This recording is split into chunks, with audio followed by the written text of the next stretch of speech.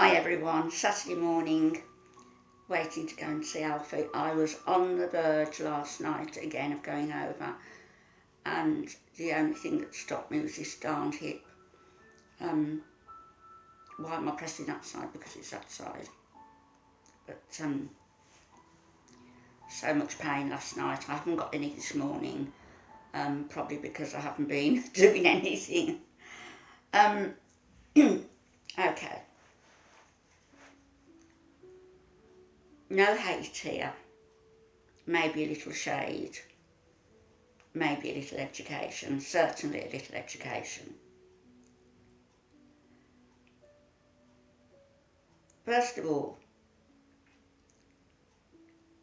if you're a Muslim, leaving the faith in many countries is punishable by death.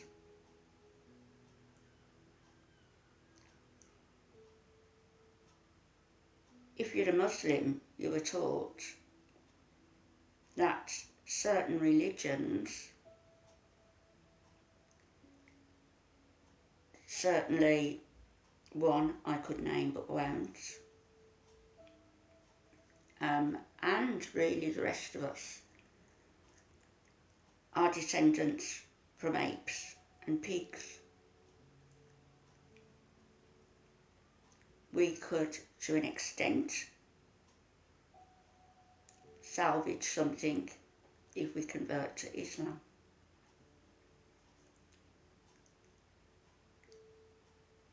I remember coming through Gatwick Airport with somebody.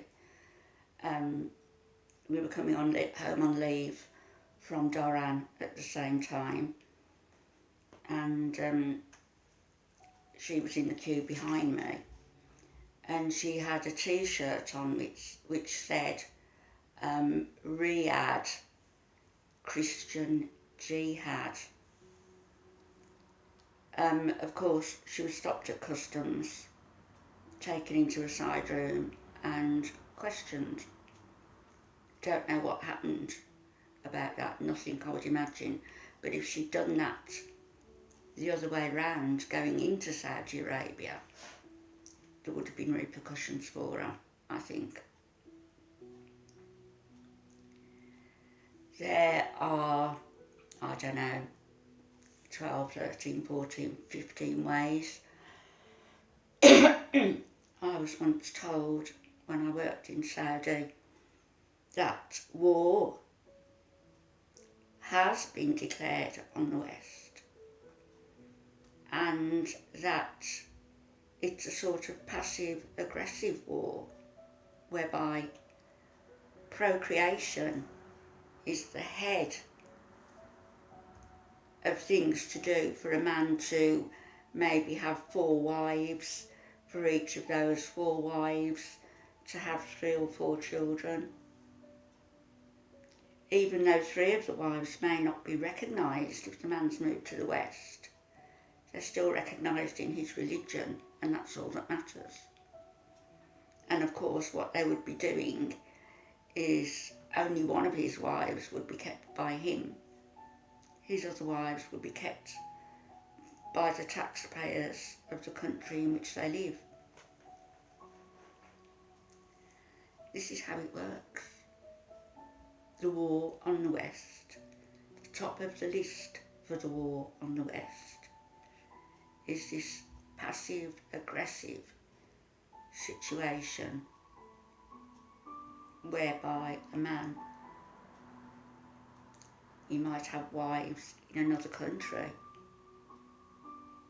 and preferably come over to the West, select a Christian woman who is willing to convert to the faith and marry her under the laws governable in that country. She would be his legal wife. He would support her. There's no doubt that a Muslim man is only supposed to have dependents, as many dependents as he can cope with.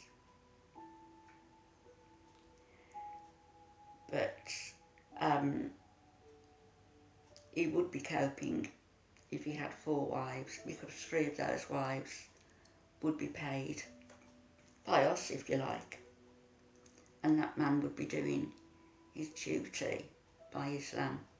Each of those 4 kids would grow up to have 4 kids of their own. Imagine an enclave of Muslim believers having so many children in 20 years' time. How they would overtake. They're already overtaking. And I think procreation is at the top of the list for waging this jihad, if you like, passive-aggressive jihad. It's the top of the list. I think it accounts for 96% of success, this procreation, this breeding.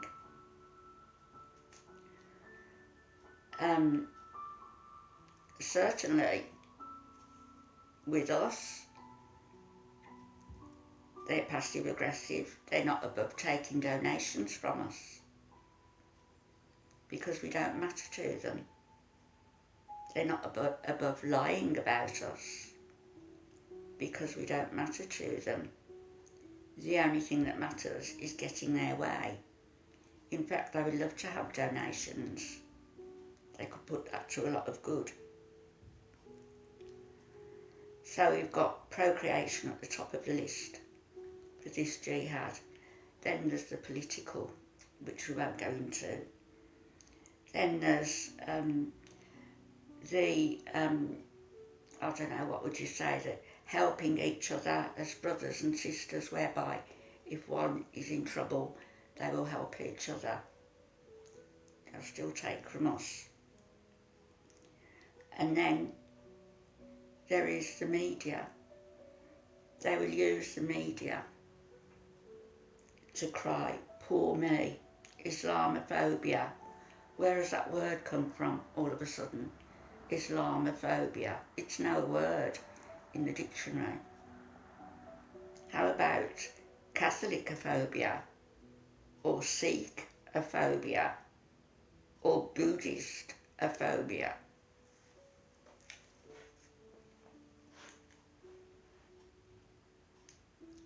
What I'm getting at here is this. If a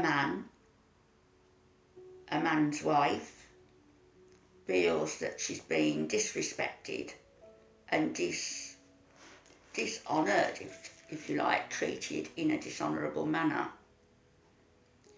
then they will be passive-aggressive in ensuring that their honour is restored.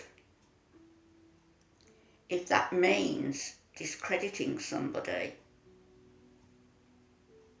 they will do it in any way they can, because they have no conscience about anyone who isn't Muslim. And I think a lot of people need to realise this. You don't matter to them.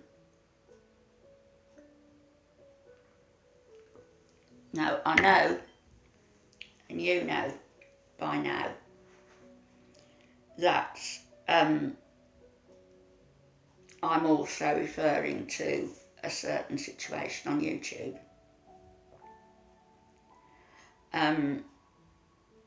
And it's I saw somebody posting, a Muslim lady, she got a channel, an American, what is it? An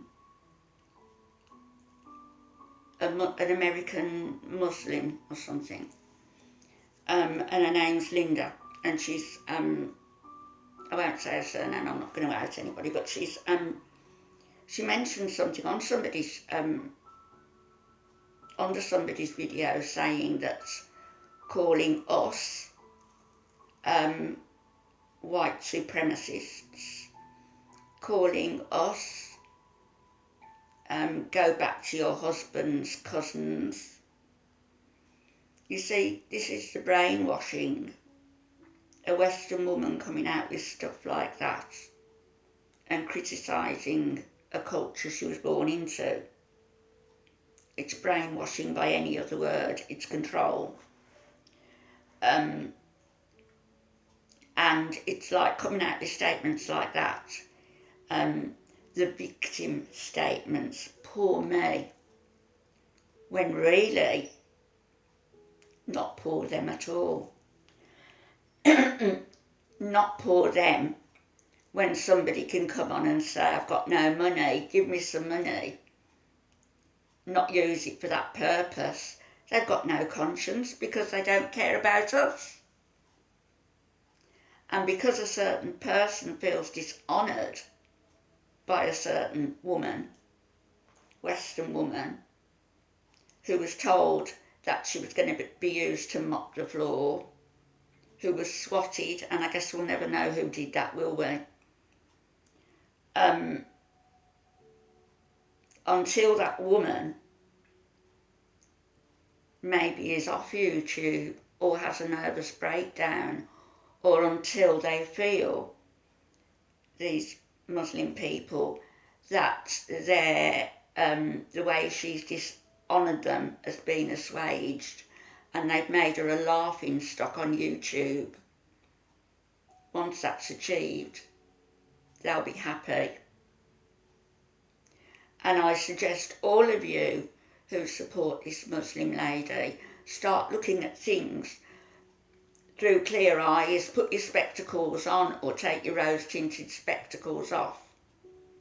As Western people, we do not matter to them on the whole if they follow orthodox beliefs.